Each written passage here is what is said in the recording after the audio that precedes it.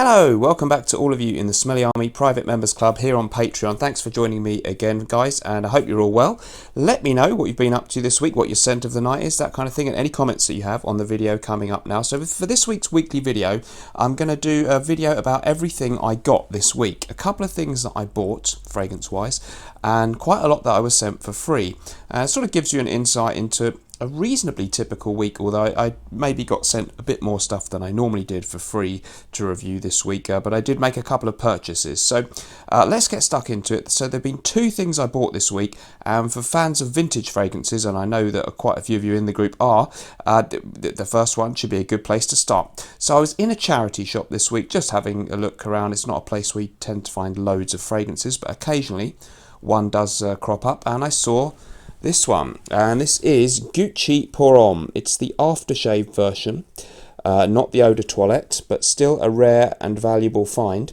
First released in 1976, a perfumer on this one, Guy Robert, and I believe it was the first men's fragrance from the house of Gucci. It's a chypre fragrance. It's got citrus in the opening, quite a lot of really nice citrus notes. There's a leathery undertone, there's oak moss, there's some lavender in there. I actually thought, well, this might be a bit of a powerhouse, maybe even an animalic type fragrance, sort of a bit really hairy chested smelling. I'd never tried it before, but it's actually not. It's right up my street because it's very much a delicious green, bitter, herbaceous kind of scent. Even reminds me in the opening of things like Monsieur de Givenchy, and some of my favourite sort of citrusy chypre type fragrances. And then it's got this really, really nice balance about it. It's got a certain masculine, old school kind of oak moss feel. I've only had it for a day, so I'm not going to be too clever in my description. And it's got a lovely balance, a green bitterness, this kind of herbal edge to it, and sort of woody, masculine undertones, but without anything too musky. I think musky is one of the notes. There's some vanilla in there as well. There's a nice little edge of sweetness, just taking the sharp edges of the green bitter feel that is there as well. Really, really classy, gentlemanly fragrance. Only an aftershave, but sometimes I find the old aftershaves can be, great in performance, and really excited to pick that one up. So sticking that in the collection. It was just £10 for 60ml there. And let me know if you've tried the original. This is, I know there's another version of Gucci Pour Homme that's really sought after that came out in the 2000s.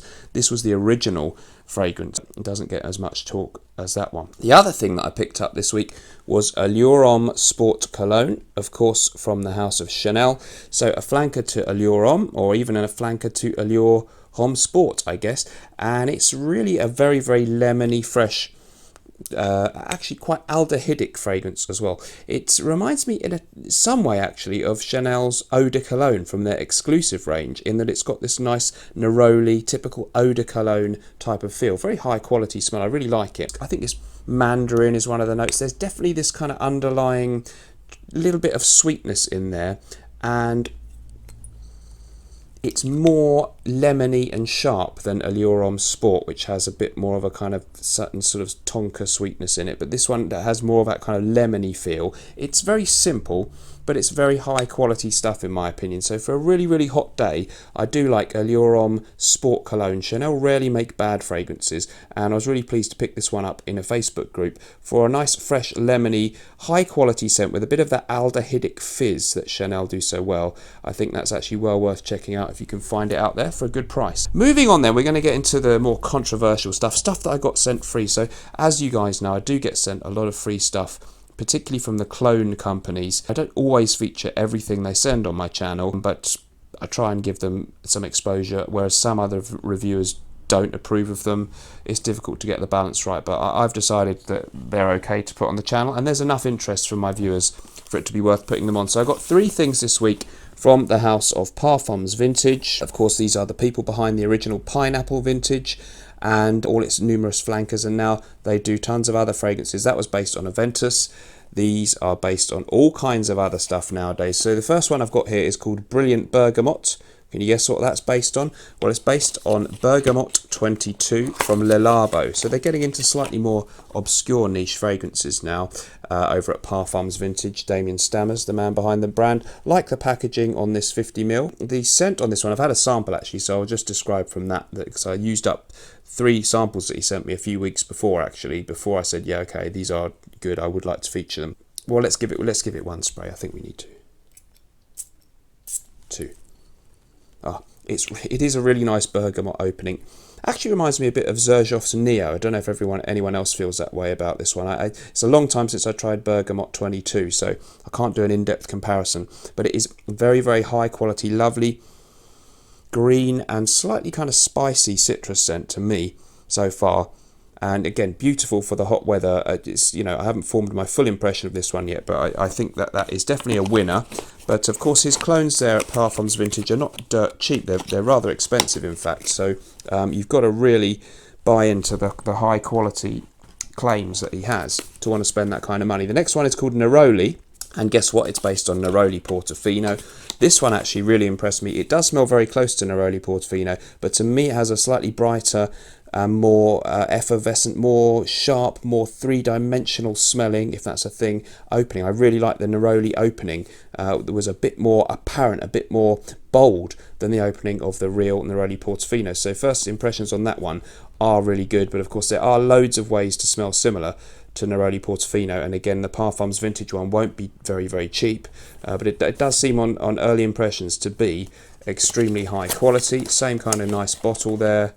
Interesting. The juice a bit darker, I think, than the other one maybe, but I don't know if you can see that on the camera. And they are very nicely presented bottles, so it'd be great for a gift or something. Yeah, they're nice to have in your collection. The other one that he's done, I think this is very brave, is called Summer Bottled, and this is Parfums Vintage take on Luminist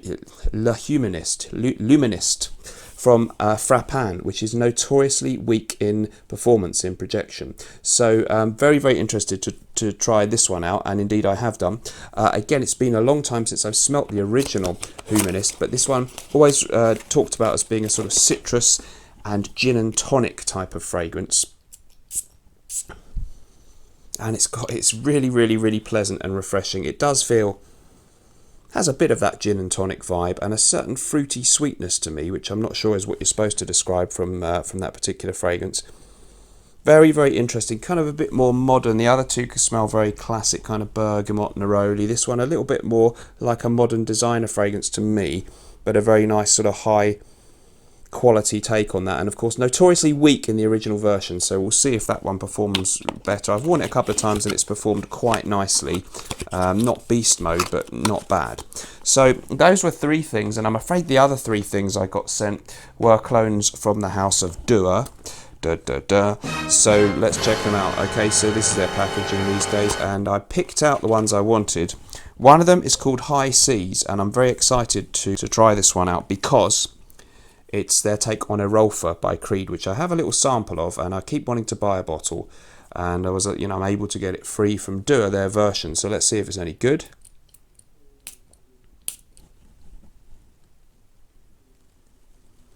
Yeah, from memory, in comparison to my sample, very similar. It's definitely got that really sharp ambergris thing. Erolfa widely regarded as one of the best ambergris fragrances, or the one where the ambergris is most noticeable from Creed, and this really has that nautical sea air kind of feel. Very breezy, very bright, very sharp and citrusy, very, very pleasant indeed.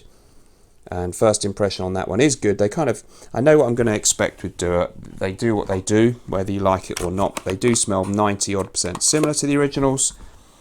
There's usually a slight difference if you dig in, but that one seems really good on first impression. The other ones I picked out then, I wanted to get hold of Casino Royale, the original. I've got Casino Royale Nights, and the Casino Royale, the original version, is Dua Fragrance's take on Baccarat Rouge 540 from Maison Francis Kurkdjian, and this is the Eau de Parfum version. The Casino Royale Nights is the pure or the Parfum version. Confusing, isn't it? So this is kind of candy floss and mint with a bit of ambergris freshness. Let's smell it. It really is nice. I'm not a huge gourmand fragrance lover, but I've really come around to Baccarat Rouge 540, and I would really like to own my own bottle of it. For now, this seems to do a great job of mixing that kind of mintiness, that kind of minty chewing gum-esque. That doesn't sound very appetizing, but it is pleasant, with a sort of candy floss and this twist of sort of ambergris freshness, I think. Really nice, and I can see why that one for a long time was talked about as one of the favourites from Dua. even in some of the Facebook groups where people were skeptical. So I'm really happy to have that one in my collection. I will feature all of these properly over on the YouTube channel, but you guys are getting first peek. Last but not least, we have one called Flagship, and this is their original creation, so you can't complain about that. I believe it is a citrusy fragrance. Here is the rather fetching design. Flagship from Dua, and of course with their name like that, it needs to be good if it's going to be their flagship. Let's check it out. Okay, yeah, that is very bright, very green, and very me. I'm getting a bit of lemon and some kind of leafy herbal stuff as well. Very nice first impression on the opening on that one. I've got quite a mixture of stuff going on in the air now, so it's hard to tell, but they're very nice citrusy fragrance so far on first impression, so I'll be looking forward to checking that one out. And it's nice that I've got an original fragrance from Dua rather than all the clones. Thank you ever so much for joining me. Let me know what you thought about my haul there. What did you pick up this week? Let me know down in the comments below, or anything else you'd like to talk about. You remember guys, whatever you're doing in life, let's project. See you in the next video. Bye bye.